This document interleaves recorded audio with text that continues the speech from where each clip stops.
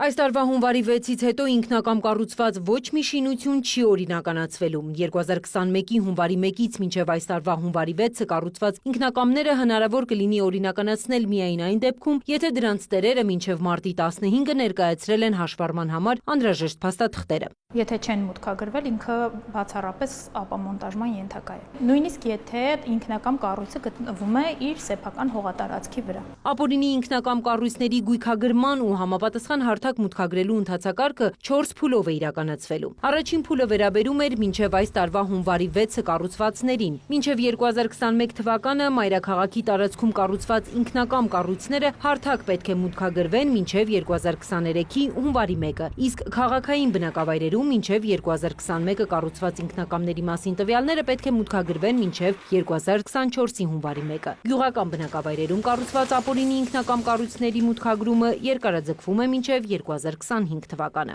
Ինքնակամ կառույցի մասին տվյալները կամ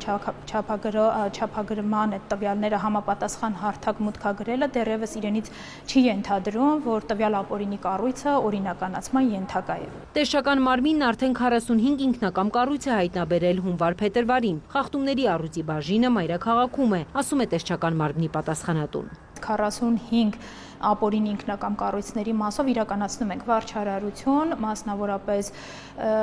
ունենք արդեն համայնքներ, որ ծանուցումից հետո համայնքի ղեկավարները շտկել են խնդիրը, ապամոնտաժել են, տարածքը վերականգնել են նախկին տեսքին, ունենք մեկ դեպք, երբ որ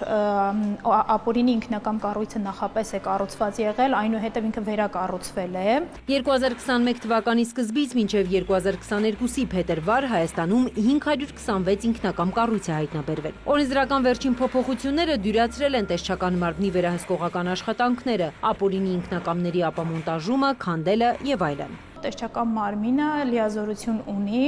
համայնքի ղեկավարների նկատմամբ կիրառել վարչական պատասխանատվություններ,